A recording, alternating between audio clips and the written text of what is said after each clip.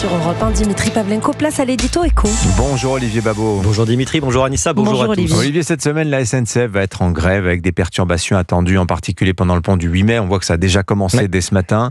Vous nous dites que ce n'est pas un simple conflit social, mais bien le révélateur d'un mal français, du mal français. Oui Dimitri, on peut se féliciter de l'annonce de la direction qui, malgré les préavis, a annoncé que la circulation serait quasi normale du 5 au 11 mai. Mais enfin, déjà sur le Transilien RER, ça marche pas terrible.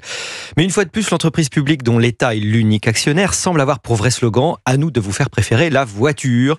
C'est devenu un classique des jours fériés, préavis massif, angoisse de ceux qui comptaient dessus pour leur déplacement. Mais les syndicats de la SNCF invoquent la défense du service public. C'est un prétexte facile. Alors, deux questions se posent. D'abord, ce service est-il rendu de façon efficace ? Alors, pas vraiment, si l'on considère que la préférence française pour la grève fait planer une incertitude constante sur la réalité de ce service. Seconde question, ce service est-il rendu de façon efficiente, c'est-à-dire à moindre coût?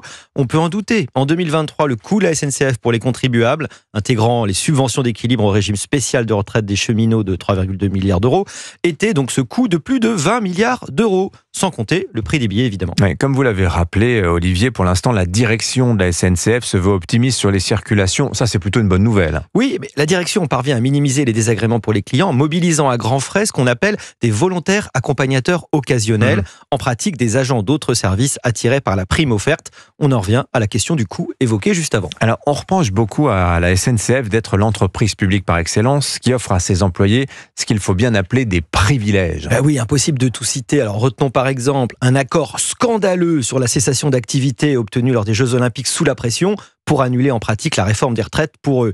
Des salaires très confortables, par exemple les contrôleurs ont bénéficié de 20% en moyenne d'augmentation sur les 3 dernières années. Pas mal, ouais. Et puis des billets à prix minime pour les employés et leurs familles, c'est ce qu'on appelle les fameuses facilités de circulation. Ça coûterait 100 millions d'euros à l'entreprise par an. Mais comment pourrait-on empêcher ce chantage à la grève pour obtenir plus ? Alors, de nombreux pays comme l'Italie ont limité le droit de grève dans les services publics essentiels en obligeant à un service minimum, spécialement durant les vacances scolaires.